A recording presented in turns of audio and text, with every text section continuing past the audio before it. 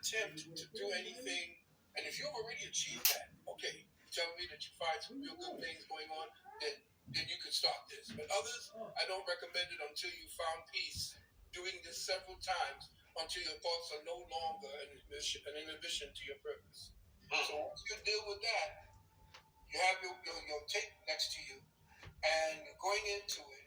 The only thing that's connecting you to the world is that finger on the record button. You put down the record button, press pause. And then when you're getting into that place that you can find yourself, then hit that pause button and then go into it and get a long take. Get enough that you're going to go into it for an hour or so, because that one moment that you did that took you out of the space temporarily to get back into a place where you're not thinking about anything. And so now, when you're in that space and you are completely in the stillness, you're going to find that sometimes you get dizzy because a rush comes in that you've prevented by your temporal thinking. There is a rush that the subconscious and the spiritual part of you is ready to give to you as a download. And that's where you get your download. And you want to say, okay, I got to write now. No, that download is supposed to come. And when you have it and you can sense it, articulate it in a very droll, don't speak about, it has to be like, you have to whisper it, because that's how you're being communicated with, in whispers. In whispers, right. Yes. So as far as that's concerned, you just, I would say to those who are neophytes in meditation, and you want to achieve something, you want to go shopping, then as you're going shopping, what you want to do is to make sure that you have that tape recorder, old-fashioned tape recorder, with a 90-minute cassette. And then that's how I did it. I used to do that for the Wounded Room, and did that for a number, all 7. And I laid out all 7 of my books. I did that. I did a meditation. All 7 of them? That was your all 7 of them. I started them. I started each one of them. And when the idea came to me, it said, since you're a 7, you're going to do 7 books. And so if I complete it in my lifetime, yeah. If I don't, I'll come back. I don't know if y'all realize the game he just gave us just now. I don't know if y'all realize the game this brother just gave us right now in terms of shopping. He called it universal cosmic shopping. Yo, I hope y'all realize. Listen, shout out to Carlos. Carlos know what's up. Carlos just got his ticket for the webinar. Carlos know what's up. Doc just dropped game on us right now. He just dropped it so nonchalantly. He just gave us the cheat code with the tape recorder and the meditation and how he wrote all his books. I hope y'all didn't miss that. That's all I'm gonna say. Wow, thanks for dropping that on us, Doc. One thing, when y'all talk about Doc, love God and love, and everybody always uses the word love when they talk about God. And I had a show the other day, and I was just talking about this. And the whole Cat Williams being a comedian made me remember it. And the Cat Williams thing the other day that happened made me remember my experience when I took the toad. What's it called? The bufu? You ever heard of the bufu? I don't know. Maybe I know by another name. Like toad venom or something. It's like the ayahuasca. The toad venom. Yeah, toad venom. Yeah. So I took it with me and the brother named Cam Bada took it with Uncle Hank. He had some, and we had an album about to come out, and we wanted to do something and tap in, and we took it, and I went to a realm of laughter. Like everybody was telling me about spiritual experience, and the spiritual experience I had, the realm I went to, I just heard laughter. It was just laughter and giggles and So I'm wondering, Doc, why when we talk about God, we always use the word love, but nobody never uses laughter. We never think laughter when we think God and divinity, but we think love. So talk to me real quick, since everybody's talking about Cat Williams about laughter and divinity, Doc. Yeah. When we laugh, people don't understand what laughter really is. Laughter is controlled by the pericardium of the heart. The heart is the pericardium. Yes. And people who have problems with that, who have polluted that part, like your vice president, she has this cackling constantly. She can't speak without cackling. She can't talk to people without laughing because she's nervous. She wants to please. She's constantly wondering whether or not she's good enough. So what's happening is when you hear a lot of laughter, you're tapping into soul energy because that's where the soul sits. It sits in the heart. So if you are hearing a whole lot of laughter, then your heart is light. The people that you are accessing whose voices are laughing, their hearts are light, and they've invited your spirit based upon what you have triggered by you taking the ayahuasca or you licking the back of the toad. Whatever it is that you are vibing with and for, what you were hearing were your ancestors. Wow, that's yeah. Mm-hmm. Yeah. Wow. That's wow. That's something. You should have stayed with it. You should have concentrated more. You should have stopped doing everything that you were doing. And if that laughter persisted and you allowed it to get louder in your head, you'd have probably seen some faces with it. You know, I let my mind take over, and my mom was like, "Laughter's not that. Where's the real spiritual experience?" I fell for that. Where's the real spirit? This is just laughter. Where's the? I got caught up in that, man. No.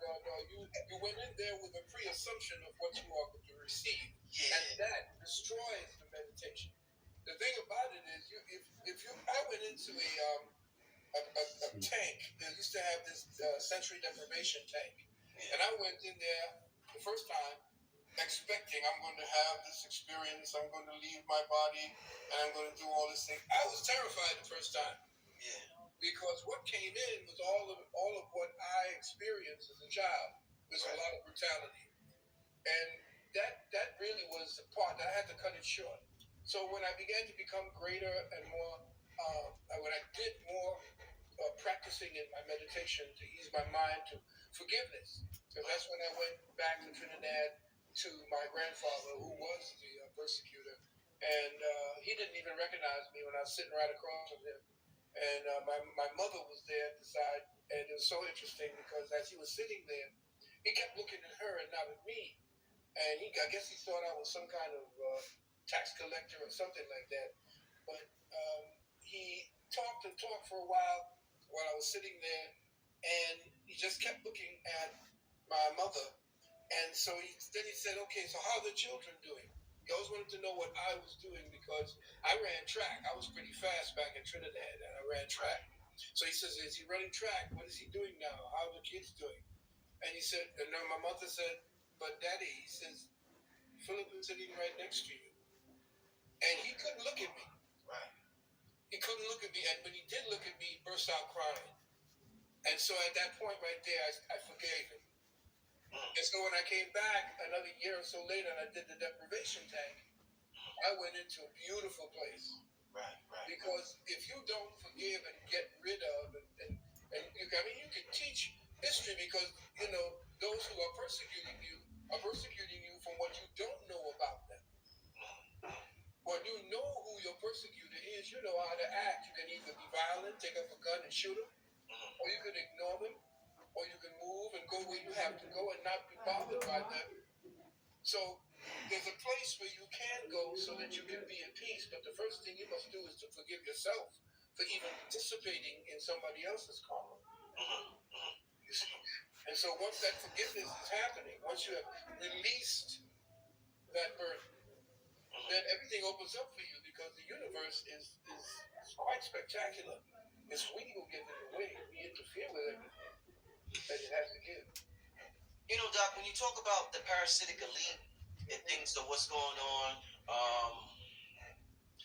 this dude saying you will own nothing and be happy. The genocide that's happening across the world, right. Ethnic cleansing that's happening. We're going to cover all that. Yeah. I want to ask you in terms of your reaction to it and in 2024 and beyond, maybe how should we respond internally? I want to know, do you get upset, or do you accept that these characters are like actors in a movie and you don't take it personal? Like, what's your level of anger, frustration, or acceptance to what you see happening all over the world and what has happened in the world? Some people get extremely emotional, extremely upset. Some people don't give a fuck at all. Mm-hmm. How would you advise advise us to respond to all the things we see happening continuously? Babies being killed in the area over there that you're going to talk about. How do you respond to that, Doc, emotionally and mentally? You have to be empathetic because we are the world and the world is us. We have chosen to be at this time, and every living soul that is participating within this paradigm is connected to us. Okay? Now, how you deal with that connectivity is your personal karma and your personal journey. So, yes, I feel everything, especially when it comes to my brown and black brothers and sisters. I have an anger that my wife will tell you. I just yell and scream to get it out of my physical avatar, and then I go into a place of resolve and say all things are in their right perspective at the moment. And as I change my mind, I will help and participate within the paradigm of change. And only 10% of this entire flattened earth, 10% of the mind energies of humanity, that's all that's necessary to get on the right frequency, to just completely negate and completely shut down the present path that we're in. Now you remember, 10%. And I remember I said in one of my lectures and a couple of my things that I said, I don't live today. I'm just visiting here from another tomorrow. That's part of my mantra, and it's in my book, Cosmic Codex. Jimi Hendrix said the same thing. I don't live today. What does that mean? I said the tomorrow that I was in the mind and bliss to be a part of when I started the Metaphysical Underground. That tomorrow, when I started the Metaphysical Underground, it was to help people to see the other avenue to another tomorrow. Yes. So the tomorrow that we was trajectory, and the trajectory of the tomorrow that we were on was complete destruction, and much earlier. And so what I did was I kept saying that to myself as I would leave the house, I would go to sleep. I don't live today. I'm only visiting here from another tomorrow. And the other tomorrow is the one that I'm helping to build along with maybe tens of thousands like yourself, that's helping to build a tomorrow that our children will inherit. And that inheritance is that's what I want to provide for my children and grandchildren. I want another tomorrow than the one that we see that we're heading straight to oblivion for. And so when I do my webinars or when I do my consultations, when I speak to people, I want them to understand that there is another path to a whole other destination. And the destination we're heading to right now is a gigantic cosmic brick wall of karma. And the karma is because we accepted our persecutors' karma. We accepted it.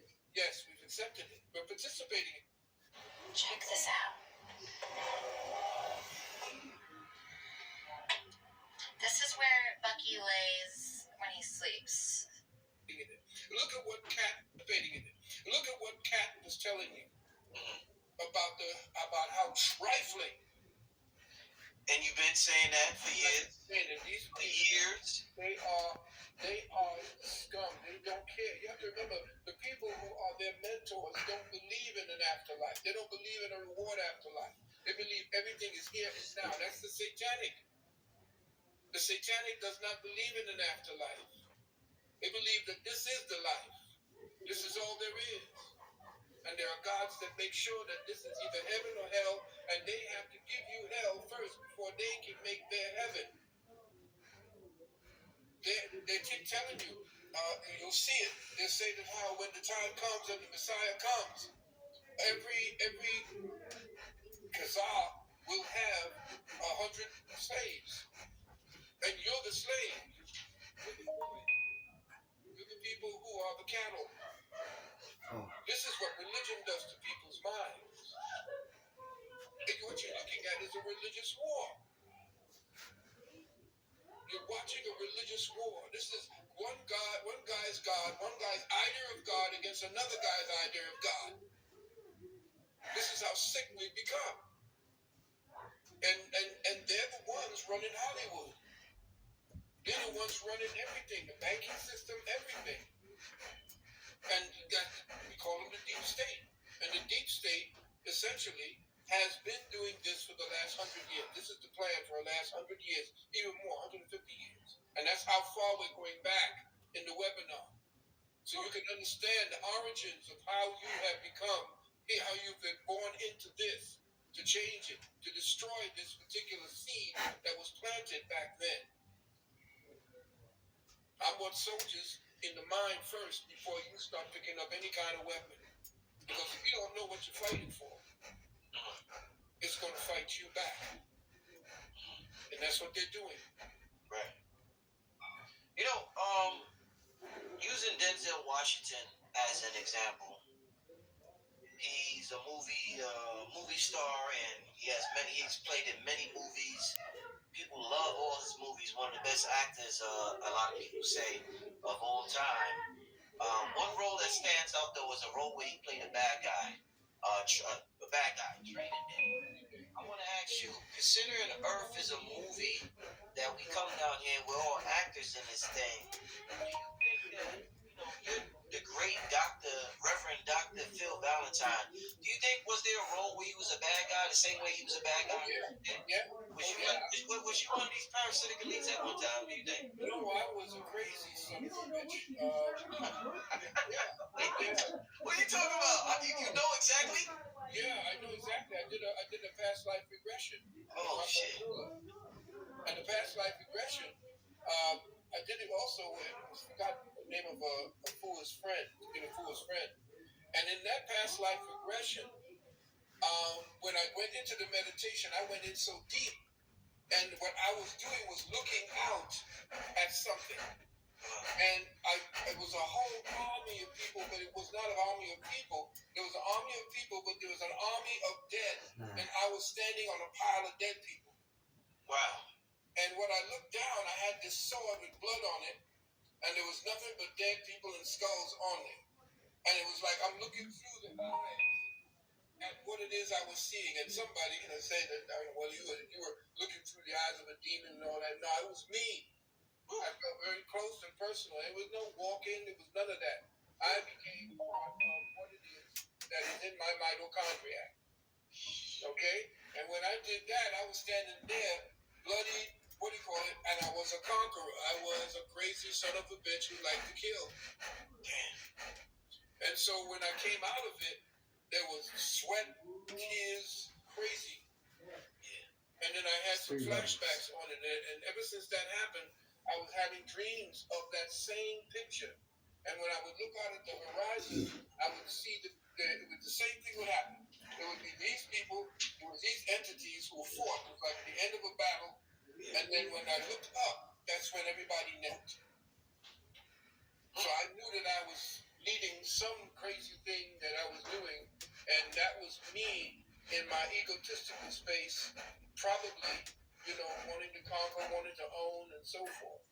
And then I saw myself in another, when I went into the chamber, I saw myself in a temple, in robes, and I watched water in front of me with floating flowers. Yeah. So I knew that I was probably tapping into certain things that I was back then, and I acted out. It's the same thing. And then when I read the story of Krishna and Arjuna, and it was the Ayurveda, I was studying Ayurveda, and there was a time when Arjuna was standing with Krishna inside of a kind of a what do you call this thing that they draw, chariot. And there was an army of tens of thousands facing his army of tens of thousands. And so Arjuna was really nervous. And Krishna was sitting next to him and saying, "What are you so nervous about?" He says, I'm just afraid. My fear is coming. He says, "What are you afraid of? You've done this 1,000 times before." Wow.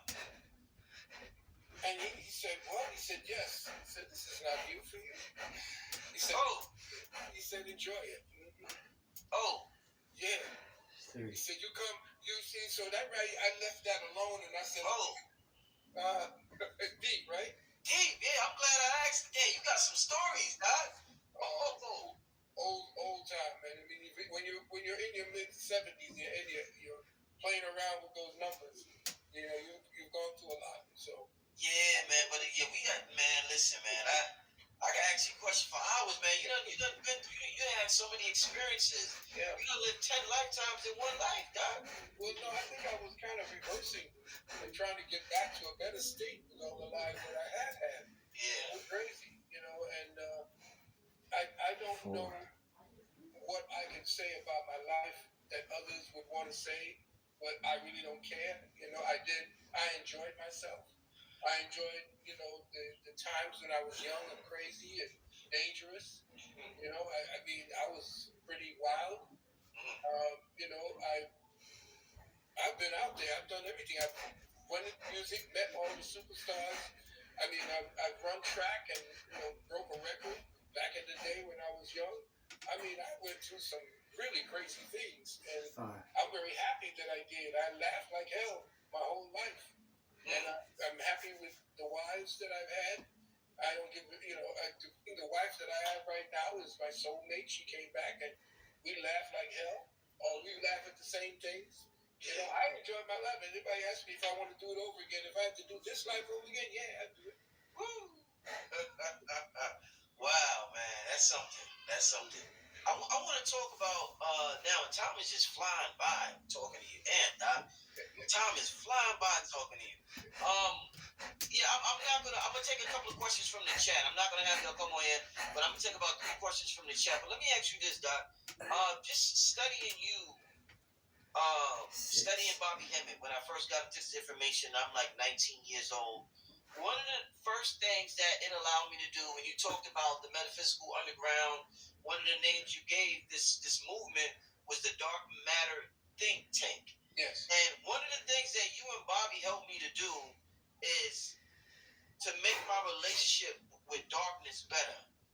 My relationship with darkness, you know, you're scared as a youngster. Meeting y'all and hearing those information, I developed a great relationship with darkness. And in the last decade, 2 decades of my life, everything I ever wanted, I said this the other day, everything I ever wanted, Doc, came from the darkness. Yeah. The meditations, the visualizations, just the silence, that everything, Doc. My children, my son, my wife, you know, the show, the questions I ask come from darkness. Yeah. So, talk to me about the importance of making our relationship with darkness better, because it's so scary because of all the bad things we hear about it. So talk to us about strengthening our relationship with darkness, Doc. You're strengthening your relationship with the origin of everything. Isn't that what the Bible says? Out of the darkness came the light. Yeah. The problem is we forgot we had to go back into the darkness to understand the light. Right. The light and the darkness are the same thing. The light, however, is a light that was actually made for the avatar and not the spirit. The problem is we get caught up in the avatar and forget that we can get back into the spark that originated in the darkness. So the pineal is the contact to the darkness. That's where your meditation begins to give you all that download. Right. So when you are definitely living the understanding and understanding how metaphysics works, metaphysics is just understanding the language that the darkness speaks. You know everything about the light. The light tells you every goddamn thing you want to think you want to know. Yeah. It's understanding the language that the dark metaphysics is understanding the language that the darkness speaks. And that's you hit it right on the head. So when you understand and understand how it works, you have the darkness within you. That's why the dark matter think. That's the word. Think tank. Yeah.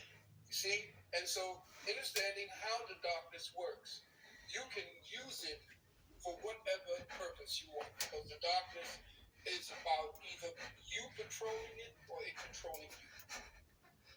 What happened? No, go ahead. Ask your question. You said you controlling it or it controlling you? What happens when it controls you? What happens is the avatar, the physical body, is addicted to sensation. Yes.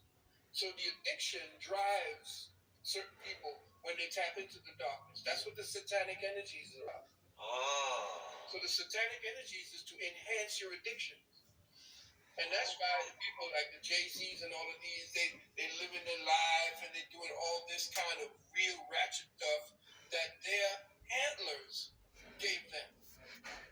So their handlers are actually feeding off of them and their dark matter energy. By them participating with people whose dark matter energy is no way can't even tap into the darkness. They can only take the energy that emanates from the darkness and use it to control. And that's the thing. So when people want to get aggrandized into the physical, they want to deal with the material world. The darkness is telling their avatar to do everything they can against universal law, even to create another kind of law that you will support and therefore give life to. So all of what we're doing now, in the way that we are looking at people who are actually demeaning us, destroying our families, destroying our women, destroying our girls, when we look at what they're doing to undermine the human equation, they are using the words emanating from the darkness, the spiritual words emanating from the darkness to control. So they have a karma coming, but the reason why they don't get their karma right away, delay it, is by letting you know what they're getting ready to do. So it's on you to stop them. And this is what this webinar is about, to prepare you for everything they're going to get ready to do all the way up to 2050. Not just 30. Up to after 30 is a pivotal point for the next 20 years. You said something about 2030 earlier, Doc. So, and I don't know if I understand it right. So 2030, what we're doing now determines what does that have to do with 2030? What we're doing now. 2030 is when they're going to go full blast. Okay. By that time, they would have had you. They would outlaw gas a lot. Say you have a gas powered car. They'll outlaw it and they'll fine you every time you're taxed. Mm-hmm. They're going to take your land. They'll just go and take your land. They're going to talk about eminent domain and take your land. They're going to use they already have this thing that you saw with the border, with all these people coming in. Those weren't just immigrants coming in from from Honduras and these places. They're coming from all over the world. They're being marched into the United States to take it down when the time comes. I spoke about this like 20 years ago. It was starting back then. That's how they got into us. So you're going to start seeing. You have to understand. They're doing in politics. They're doing what do you call that? Planned opposition or planned obsolescence. Not planned obsolescence. Alien dialectic. In other words, they're dealing with opposites that look like they're opposites, but they're not opposite. They're actually controlled by ones. So when you're dealing with Biden and Trump and everybody else, they're all working on the same puppet master. You'll see that in the webinar. You see, so it's they're getting ready to attack the ideal of what we set down for their ancestors back then, which is the so-called Constitution and the Great Law, the Iron Wash. Just the Haudenosaunee is what we were given as the Six Nation Confederacy of the North. And then we had another for the South. And of course the European took it. Benjamin Franklin, Hamilton, and Washington, and all the rest of them, they sat at the feet of the Six Nation Confederacy. And that's where they started drawing up all their information. That's another book. That's another thing I put into Cosmic Codex. How white people made out the black man. They would not have had and understood what a federation was because they came from a monarchy. A despotic monarchy. What the hell they know anything about constitutional law and the type of things they deal with? In fact, all of communism was based upon what they saw we, the so-called autochthonous American, how we lived is what they structured the 10 planks of the Communist Manifesto from. So everything they are is what we were, and what they brought essentially when you go into a place of peace, you don't think about war and the whole 9 yards. You balance your entire atmosphere. The next children are not coming up under a battlefield kind of energy. So that's when they moved in. And that's when we gave the authority of the land to the woman, because she's the earth. So when this devil came in and took over, he began marrying up the women to take the land.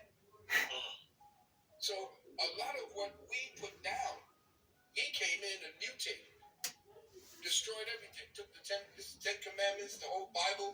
All of that is a bric-a-brac. The Bible is a hodgepodge and bric-a-brac of the writings of great men and women, put into this holier-than-thou book that's nothing more than universal truth, that has one theme.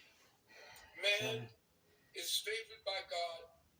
He or she does something and falls out of favor of God, and then through that knowledge of that falling out and going through the suffering, and definitely redeems himself, comes back into favor with God. That's the whole story of the Bible. Right. And the Bible ain't nothing, and so is the Quran. The Quran is a book of lessons of how to be a good human being.